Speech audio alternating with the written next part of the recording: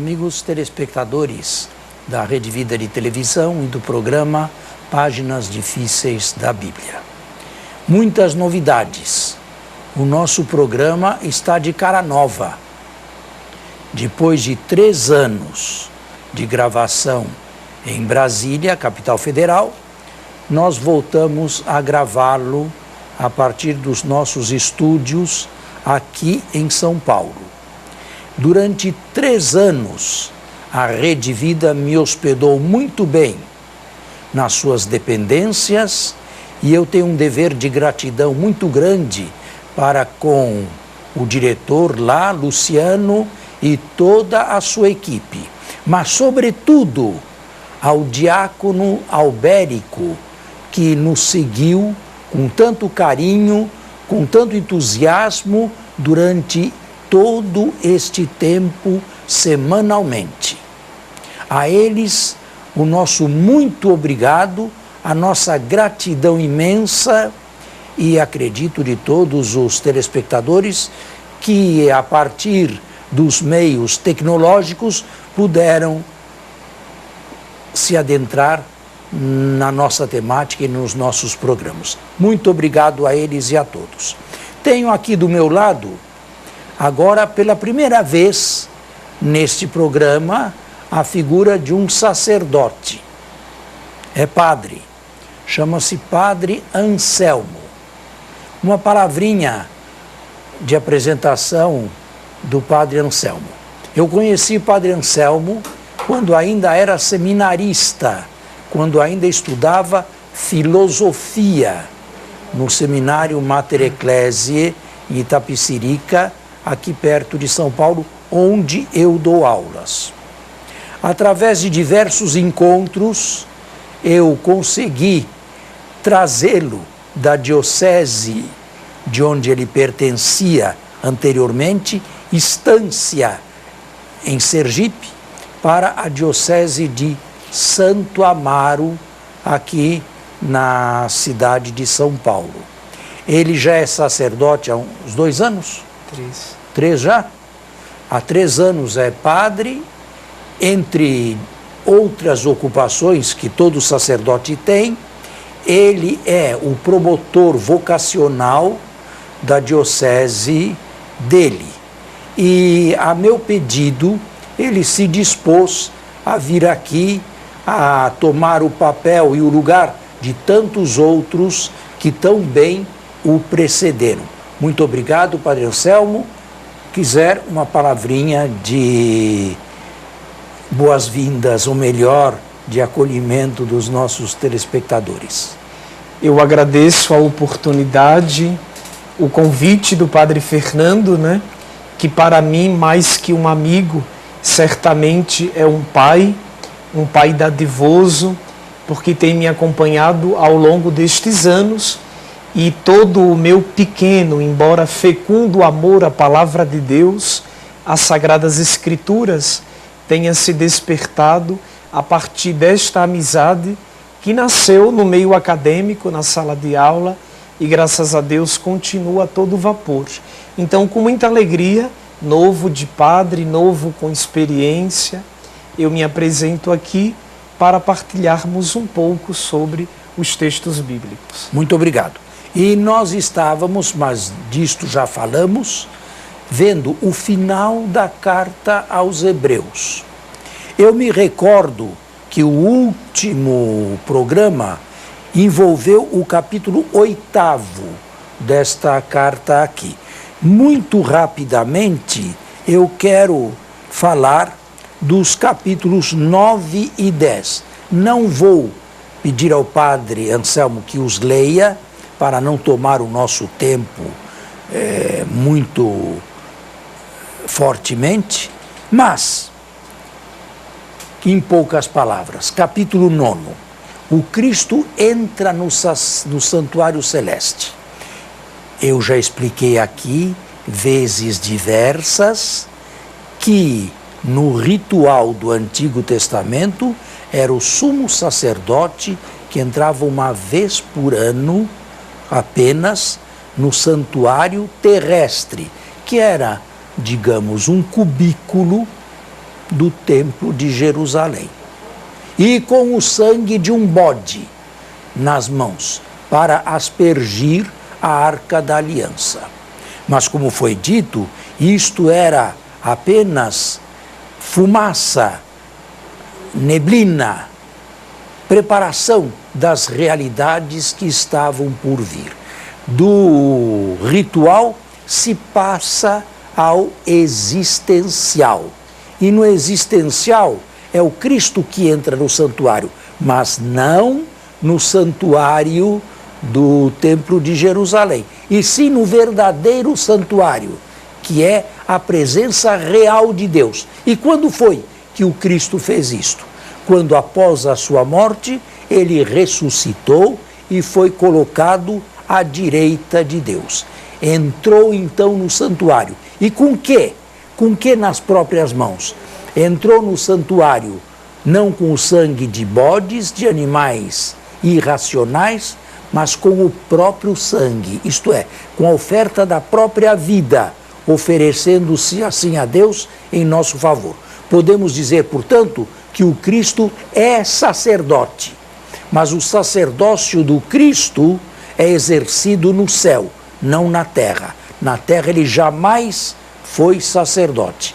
E a sua ordenação sacerdotal, se é que podemos chamá-la assim, se deu na sua crucifixão, quando foi elevado, quando foi crucificado. Lá foi investido da dignidade sacerdotal que, com a ressurreição, a exerce celestemente na presença de Deus em nosso favor. E é por isto que o autor afirma, neste mesmo capítulo, que a nova aliança, que supera a aliança antiga, foi selada no sangue de Jesus. O ritual fica de lado, está superado, e o novo, o existencial, vem no sangue de Cristo. Aí está o capítulo 9, em poucas palavras, explicado. O capítulo 10, na verdade, parece ser o último capítulo que trata do sacerdócio de Cristo e da sua superioridade com o sacerdócio da antiga lei, da antiga aliança. No capítulo 10, se fala da ineficácia dos sacrifícios antigos e da eficácia de Cristo. E claro, eu já disse isto algumas vezes, explicando esta carta, não é o caso de repeti-lo mais vezes, que tem a ver o meu pecado, a minha consciência manchada, com o sangue de um carneiro ou com o sangue de um bode. Nada, absolutamente nada. Não há nenhuma equiparação entre a minha consciência e o sangue de um irracional.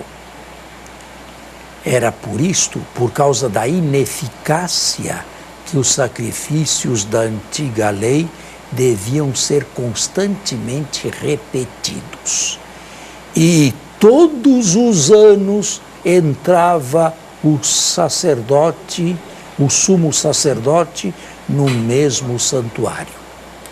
Flávio Joséfo, um historiador judeu, filo-romano, via naquelas manadas de carneiros e bodes destinadas ao sacrifício na área de Jerusalém a superioridade da religião judaica sobre as outras religiões. O nosso autor, mais avisado, mais profundo, via nessas manadas o sinal da ineficácia. Porque o que é eficaz não precisa ser mais repetido. Se o sacrifício de Jesus foi eficaz, ele é eficaz para sempre, uma vez consumado. Não se repete mais. Está claro? Sem dúvidas. O interessante aqui quando o Senhor fala do sacrifício no Antigo Testamento e do sacrifício no Novo Testamento, nós poderíamos concluir que os sacrifícios do Antigo Testamento, pela sua ineficácia, ganham em irracionalidade, enquanto que o do Novo Testamento, pela sua existencialidade, ganha também na sua racionalidade. Mas é evidente, porque aqui se trata do existencial, aqui se trata de seres humanos, não se trata de animais. Animais nunca foram instrumentos para que o ser humano chegue a Deus, de forma nenhuma. É claro que entra assim. A sua pergunta é bastante pertinente. Agora, é preciso, a carta não diz, a carta não toca nesse assunto, mas é preciso que eu toque, porque os meus telespectadores participam em grande maioria da Eucaristia. Vamos fazer um intervalo e eu volto já com a explicação. Estamos de volta ao segundo turno do nosso programa e eu tinha mais ou menos apresentado uma pergunta, mas o padre deve formulá-la melhor. Todos os dias acreditamos que os católicos cristãos participam da missa. O padre nos fez uma afirmação de cunho muito profundo. Se o sacrifício, ele ganha, o sacrifício de Jesus, ele ganha na sua eficácia de ser, então, logicamente, ele não precisaria ser repetido. Então, caro padre, se o sacrifício de Jesus é tão eficaz, por que todos os dias participamos de missa? Bem, em primeiro lugar, eu não sei se todos os dias todos participam de missa. Ao menos eu preciso celebrar.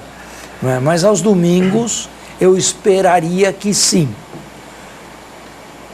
O sacrifício da Eucaristia está estreitamente ligado ao sacrifício da cruz. Mas não se trata de repetir o Calvário. Calvário 1, Calvário 2, Calvário 3 e assim por diante. Não se trata disso, de forma nenhuma. A Eucaristia não repete, não renova. Ela simplesmente reatualiza. Ela coloca sobre o altar, ao alcance de mão de todos nós, o único sacrifício de Cristo no Calvário. Com outras palavras, ela traz a história, através do sacramento, ela traz a história passada para o presente de nós. E assim, nós vemos Jesus reatualizando o mesmo gesto que fez na cruz, sem renová-lo. E este é o seu sacrifício. Juntamente com o seu oferecimento ao Pai, vão os nossos sacrifícios também. Agora, que são os nossos sacrifícios? Não é como muita gente entende, de uma maneira idiota, ridícula, deixar de comer bombom, deixar de comer qualquer coisa. Não. Sacrifício é algo positivo, não é algo negativo. É oferecer a Deus o que nós temos de melhor, não o que temos de pior. Isto não é sacrifício. Nós oferecemos a Deus, juntamente com o sacrifício de Cristo, e naquele momento, exercendo o nosso sacerdócio batismal, no momento da Eucaristia, todos, até o padre, no seu sacerdócio batismal, oferece também a sua própria vida. Oferece a sua vida no que ela tem de bom e no que ela tem de ruim.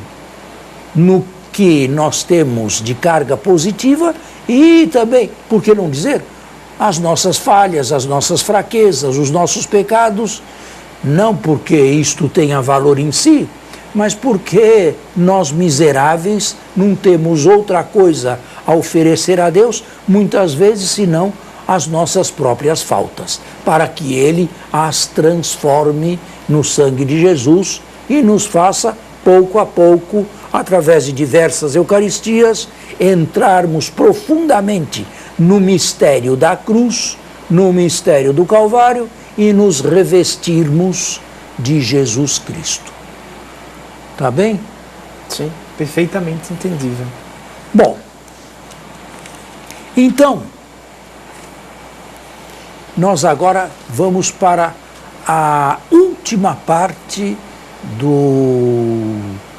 da carta aos Hebreus, que é o finalzinho de 10 e os capítulos 11 e 12.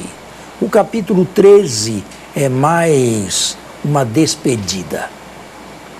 Esta aqui não era uma carta, ela não tem proêmio, ela só tem um final. Parece que se tratava de um discurso cristológico que, depois de feito, tomou a feitura de uma carta enviada. Mas ela propriamente não é carta. A fé.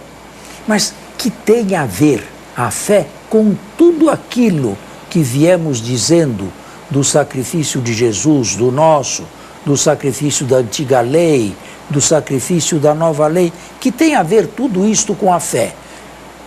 Bom, há alguns que dizem nada, absolutamente nada. Aqui se trata de um outro assunto. E se o autor tivesse posto um ponto final no final do capítulo 10º, ninguém sentiria falta nos capítulos 11, 12 e 13. Eu não sou desta opinião. Eu acho que o capítulo 11 está perfeitamente relacionado com o que veio antes. Por quê? Porque só através da fé nós podemos entrar no santuário com Cristo dentro da Eucaristia, só através da fé nós podemos oferecer também com Cristo e no exercício do nosso sacerdócio batismal os sacrifícios existenciais. Isto é, aquilo que acontece diariamente de bom e de ruim na minha vida, na sua vida. Até aqui, claro? Sim. Sim. Tudo bem? Portanto, assim explicado, o capítulo 11 tem a ver e bastante com os capítulos precedentes.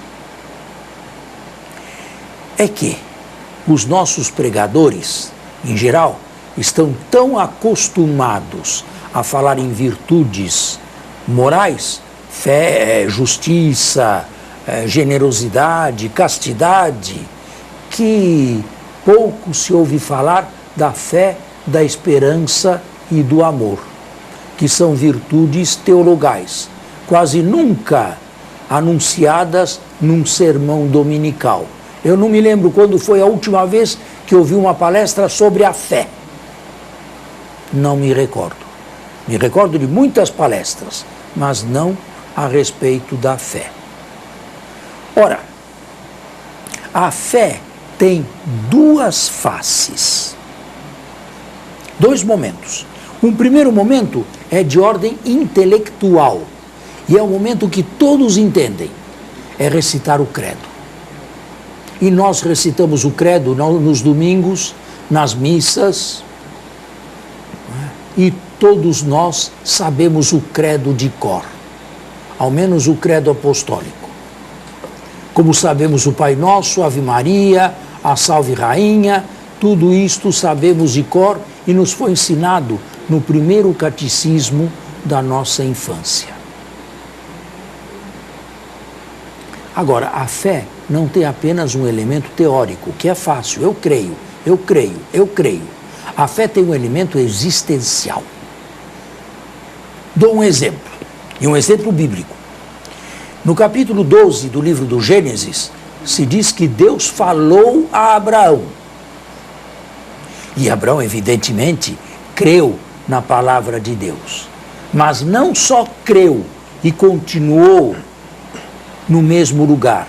Por causa daquela crença, ele se pôs em marcha, ele se pôs a caminho, ele empreendeu uma viagem para um local desconhecido, Canaã, que segundo a promessa de Deus seria dele, mas que ele nunca teve em vida.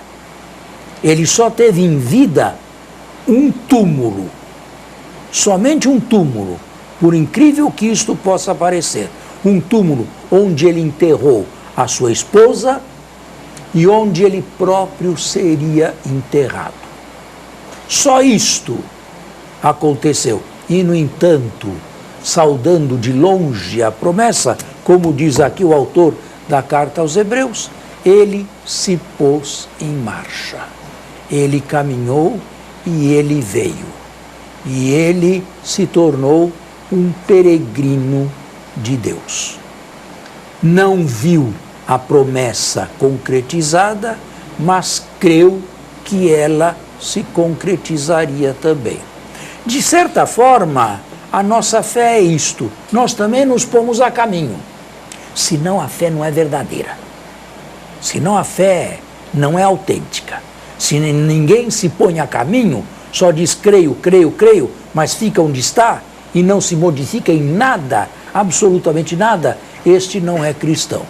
Este não é filho de Deus e não caminha como Jesus caminhou. Mas aonde é que vai terminar o nosso caminho? O nosso caminho não termina neste mundo aqui. O nosso caminho, como o caminho de Abraão, termina também num túmulo. O nosso caminho termina no cemitério. Lá paramos de caminhar, pelo menos nesta vida aqui, ou neste planeta aqui. E, no entanto, a nossa fé nos diz que lá onde emudece toda a sabedoria humana, Deus continua a nos levar em suas mãos e se inaugura para nós a segunda fase da nossa vida, que é a fase da eternidade, que é a fase da retribuição. Não se esqueça, a fé tem dois elementos. Um elemento teórico, Abraão creu, e nós somos filhos de Abraão pela fé, mas Abraão também deixou toda a comunidade de Harã, da Síria, deixou toda a sua casa, deixou toda a sua parentela e se pôs a caminho como peregrino do desconhecido.